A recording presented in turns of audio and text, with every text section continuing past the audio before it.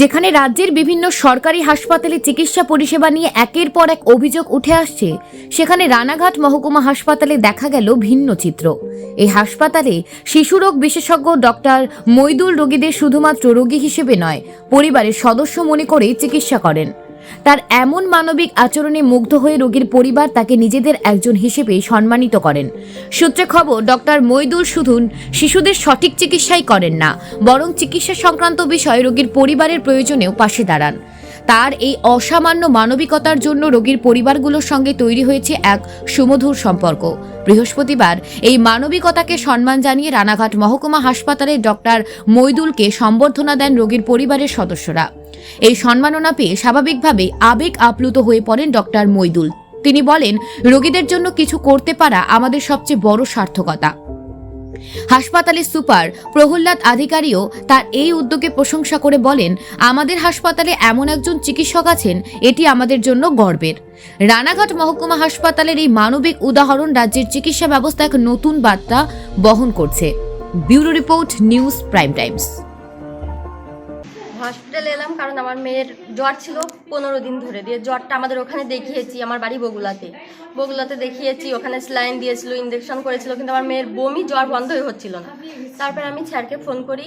স্যারের সেদিন ডিউটি ছিল মানে 4টে পর্যন্ত। 4টে আমি ফোন করলাম যে স্যার আমার মেয়ের এরকম খুব জ্বর, বললো কি 4টের ভিতরে আসতে পারলে ভালো। তারপরে স্যার সেদিন বাড়ি যেতেও পারিনি, বাড়ি যাওয়ার দিন ছিল তবুও যেতে পারিনি। তারপর স্যার আমাদের জন্য ছিল। তারপর আমার মেয়ে তখনই ট্রিটমেন্ট শুরু করে, মানে রিপোর্ট না করেই স্যার বলছে যে ওর জন্ডিস আছে, তো হসপিটালে অ্যাডমিট করালো। তারপরে রিপোর্ট করিয়ে হেপাটাইটিস ভাইরাস ধরা পড়েছিল। তো স্যার যেভাবে চিকিৎসা করেছে, মানে সবসময় বলতো যে রেফার করবে, ওখানে ওর প্রচুর সমস্যা ছিল, জ্বরটা কমছিল না, বমি তো বন্ধই হচ্ছিল না। তো স্যার যেভাবে আমাদের হেল্প করেছে কি বলবো, মানে কৃতজ্ঞ জানানোর কোনো ভাষা আমাদের নেই। স্যারের জন্য আমার মেয়ের সুস্থ করতে পেরেছি। সবসময় মানে ওখান থেকে বলতো যে রেফার হয়ে যাও। তারপর ওর জন্য ওই মেয়েটারও শরীর খারাপ, 2টো মেয়ে একসঙ্গে নিয়ে স্যার 2টোকে সুস্থ করেছে। এর যা পরিস্থিতি ছিল, মানে সুস্থ হওয়ার কোনো ইয়ে ছিলই না আর কি। আজকে হাসপাতালে কি বললেন? হসপিটালে মানে আমাদের কি বলবো, এখন যেভাবে চিকিৎসা হচ্ছে এরকম হলে আমাদের কলকাতায় যাওয়ার কোনো দরকারই পড়ে না। আমরা খুব এখানে এরকম থাকলে আমাদের খুব খুশি আর খুব ভালো। আমাদের বাচ্চাদের নিয়ে আমরা খুব ভালো, পরিষেবা খুব ভালো দিচ্ছে। মানে এরকম যদি চলতে থাকে, কারো কলকাতা বা বাইরে কোথাও যাওয়ার দরকার পড়বে না। কারণ আমার মেয়ে তো অনেকটা বেশি হয়ে গিয়েছিল, এখানে তো রাখার কথাই ছিল না। তারপরেও এখানে চিকিৎসা হয়েছে, আমার মেয়ে এখন সুস্থ আছে রানাঘাট হসপিটালে। আমরা এখানে এসে মানে খুব ভালো আছি। এরকম চলতে থাকলে আমাদের অন্য কোথাও যাওয়া লাগবে না, এটাই বলবো। আর স্যার আমাদের যেভাবে পাশে থেকেছে, সত্যি মনের জোরেও স্যার আমাদের সুস্থ করে দিয়েছে আমার মেয়ের। কি নাম, কোথা থেকে এসেছেন? আমার বাড়ি বগুলা, আমার নাম মাহমুদা মণ্ডল, মেয়ের নাম জুইয়া মণ্ডল। দেখুন, এটা হচ্ছে একটা সামাজিক বিষয়।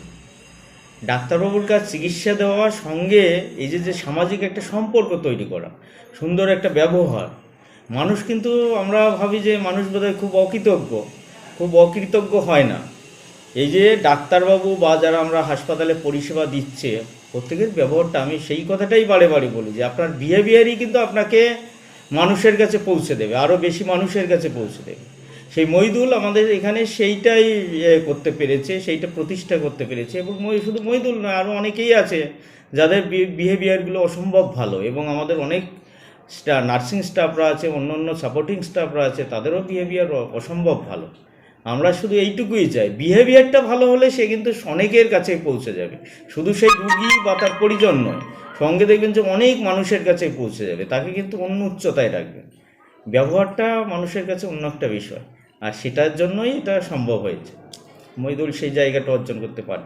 বেশ কিছু শিশু বিভাগের পরিবারের পক্ষ থেকে আজকে শিশু বিভাগের যে চিকিৎসক তাকে সম্মান যাপন করলো, এর মূল কারণটা কি?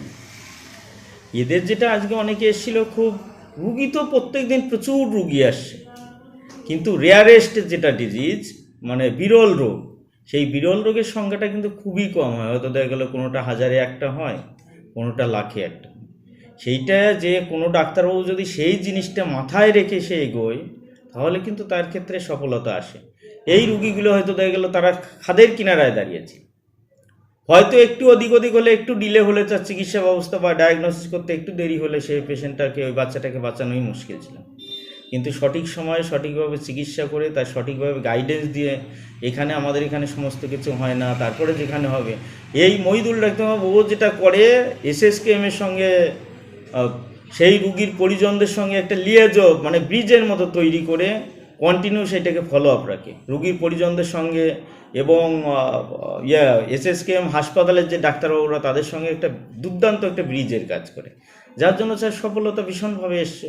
রুগীগুলোর কোথাও হয়রানির শিকার হয়নি, সঠিকভাবে পৌঁছে গিয়ে সঠিক চিকিৎসা চলছে। অনেকের হয়তো এই রোগগুলো চিকিৎসা আরও কন্টিনিউ অনেক দিন চালাতে হবে, কিন্তু সে একটা আজকে জীবনটা নতুন জীবন একটা ফিরে পাওয়ার মতো অবস্থা। আমার ছেলের কাওয়াসাকি ডিজিজ হয়েছিল। আজকে কেন এসেছেন এখানে? ওর প্রথমে জ্বর হচ্ছিল, তো জ্বর কমছিল না বলে আমরা এখানে অ্যাডমিট করিয়েছি।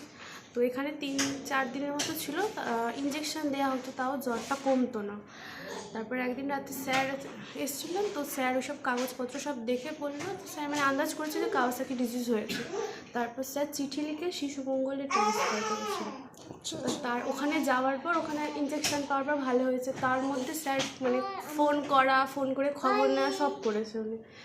মানে শুধু চিকিৎসাতেই থেমে থাকে না, বাড়ি আসার পরও কন্টিনিউ অনেকবার ফোন করেছে, আমরা এসে দেখা করেছি। তাই এই কারণে হাসপাতালে। হ্যাঁ, এখন ওর ওষুধ চলছে, এখন ভালো আছে। কি নাম আপনার, কোথা থেকে এসেছেন?